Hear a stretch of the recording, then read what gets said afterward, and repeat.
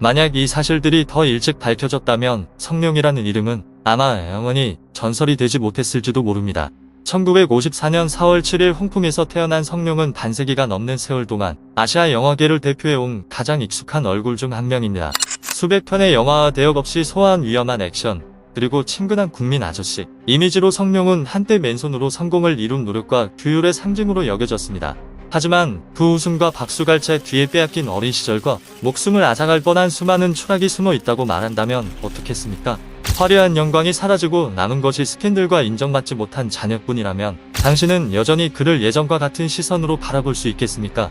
이 영상은 성룡을 찬양하거나 영광을 미화하기 위한 것이 아니라 그에 대한 9가지 진실을 낱낱이 파헤치기 위한 것입니다.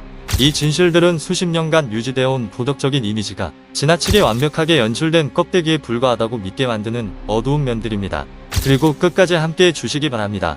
왜냐하면 이 영상의 마지막 진실은 성룡 본인이 직접 인정했음에도 불구하고 극히 소수만이 감히 다시 언급하는 내용이기 때문입니다. 성룡은 가난하고 불안정한 가정에서 태어났습니다. 7살이 되던 해 그는 부모에 의해 홍콩의 중국 경극학교이라는 군대와 다름없는 혹독한 훈련기관으로 보내졌습니다. 아버지가 서명한 계약서에는 훈련 중 아이가 중상을 입거나 사망하더라도 학교는 어떠한 책임도 지지 않는다고 명시돼 있었습니다. 학원에서 성룡의 하루는 해가 뜨기 전부터 시작해 몸이 완전히 탈진할 때까지 이어졌으며 작은 실수 하나도 곧바로 매질로 이어졌습니다. 성룡 본인은 부모보다 스승이 더 무서웠다고 인정했으며 아주 사소한 실수 하나로도 폭행이 가해졌기 때문이라고 밝혔습니다. 그가 다닌 학교는 학문 교육을 거의 중시하지 않았고 그 결과 성룡은 거의 비어있다시피 한 학력 상태로 성장했으며 이는 평생 동안 그의 트라우마로 남았습니다. 그로 인한 여파는 그의 커리어 전체를 따라다녔습니다. 연예계에 발을 들였을 당시 성룡은 사실상 문맹에 가까운 상태였습니다. 그는 스스로 대본을 읽을 수 없어 다른 사람이 대사를 읽어주는 것을 듣고 귀로 외워야 했습니다. 대사가 긴 장면에서는 단 한 단어의 변화만 있어도 크게 당황했고 노래를 외우듯 한 글자 한 글자 암기해야 했습니다. 이 때문에 그의 연기 스타일은 자연스럽게 액션과 신체 표현에 치우치게 되었고 대사는 단순하고 말수가 적으며 반사적인 형태를 띠게 되었습니다. 이후 뒤늦게 보충 학습을 했음에도 불구하고 그는 읽고 쓰는 능력이 결코 영화 제작의 속도를 따라가지 못했다고 솔직히 인정했습니다. 현재 성룡은 더 이상 문맹 상태는 아니며 영어와 중국어 표준어를 능숙하게 사용할 수 있습니다. 그러나 학력이나 언어로 경쟁할 수 없었던 그는 영화 산업에서 살아남기 위해 결국 다른 길, 즉 자신의 몸을 대가로 배역을 얻는 길을 선택할 수밖에 없었습니다. 1971년 17세의 나이에 성룡은 영화 광동 소노읍을 통해 처음으로 주연을 맡게 됩니다. 그러나 기대와는 달리 이 작품은 참담한 실패로 끝났고 성룡 본인조차 훗날 일을 떠올리기조차 부끄러웠다고 인정합니다. 영화의 완성도가 지나치게 낮아 거의 2년 가까이 개봉조차 하지 못한 채 묻혀 있었고 개봉 후에도 사실상 아무런 반향을 일으키지 못했습니다. 인생 첫 주연작은 도약의 발판이 되기는커녕 그의 커리어에서 잊히는 공백으로 남게 됩니다. 이 첫 좌절 이후 성룡은 다시는 주연 기회를 얻지 못했고 결국 최하위 위치인 스턴트맨과 엑스트라 배우로 돌아가야 했습니다. 당시 무협 영화 현장에서 성룡은 주로 대역 배우로 일하며 보호 장비도 없이 반복적으로 맞고 크게 넘어지는 역할을 수행했습니다. 한 차례는 이소룡의 기술이 지나치게 강해 실제 부상을 입었고 그는 사과와 함께 다음 기회를 약속받았습니다. 그러나 얼마 지나지 않아 이소룡이 세상을 떠나면서 그 기회는 영원히 사라지고 맙니다. 이후에도 성룡은 조연과 단역을 전전하며 홍콩에서 촬영하다가 한국까지 건너가 활동을 이어갔습니다. 전환점은 전설의 죽음 이후 홍콩 영화계가 제2의 이소룡을 찾는 대대적인 프로젝트를 시작하면서 찾아옵니다. 성룡은 다시 홍콩으로 돌아와 오디션을 통과했고 처음으로 무술스타 계보를 이을 잠재 후보군에 이름을 올립니다. 감독 로에이는 1977년 성공한 용이라는 뜻의 예명 성룡을 붙여주었고 스타 이미지에 맞추기 위해 쌍꺼풀 수술까지 요구했습니다. 하지만 이렇게 빚어낸 외형 뒤에는 전혀 다른 현실이 존재했습니다. 공장식 영화 제작 시스템 아래에서 성룡은 끊임없이 위험한 장면에 투입됐고 살인적인 촬영 일정에 비해 권리와 수입은 턱없이 부족했습니다. 통제와 착취를 당하고 있다는 인식이 커지면서 로에이와의 갈등은 점점 심화됐습니다. 1978년 영화 취권이 대성공을 거두고 나서야 성룡은 비로소 진정한 슈퍼스타의 반열에 오릅니다. 그러나 유명해진 직후에도 그는 절망 끝에 한국으로 도피하를 시도했다가 발각돼 다시 그 시스템에 묶이게 됩니다. 거의 10년에 걸쳐 성룡은 서로 다른 두 나라에서 동시에 진지한 두 관계를 유지했다는 이야기가 전해집니다. 1970년대 한국에서 활동하던 시절 성룡은 한국인 여성과 수년간 지속된 관계를 맺고 있었습니다. 동시에 홍콩에서는 배우 미셸과 또 다른 진지한 관계를 이어갔고 이 관계 역시 거의 8년에 가까운 시간 동안 지속됩니다. 한국에서의 사랑은 그가 점점 홍콩에 머무는 시간이 늘어나면서 아무 설명도 없이 조용히 끝나게 됩니다. 그러나 미셸과의 관계마저 평온한 결말을 맞이하지는 못했습니다.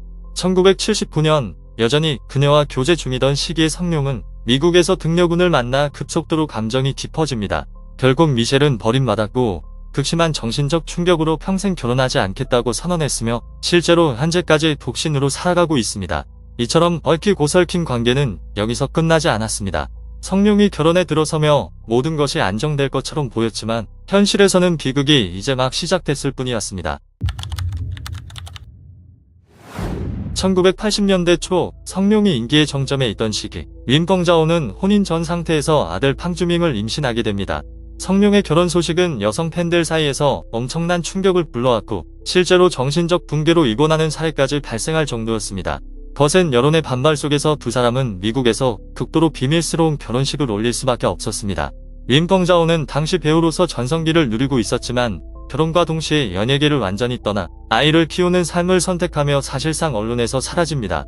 반면 성룡의 커리어는 계속해서 상승 곡선을 그렸지만 그의 사생활은 결코 정리되지 않았습니다.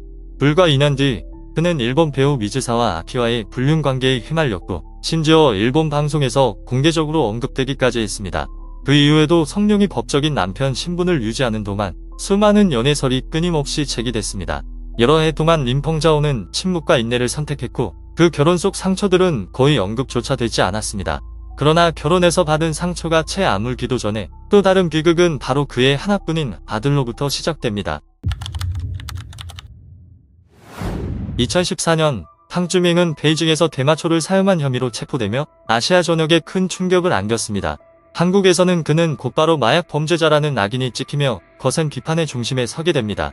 그러나 그 스캔들 뒤에는 깊은 상처로 가득한 어린 시절이 존재했습니다. 팡주밍은 태어난 순간부터 초등학교 6학년을 마칠 때까지 아버지를 만난 횟수가 10번도 되지 않았으며 양육은 전적으로 어머니 혼자 감당했다고 밝힌 바 있습니다.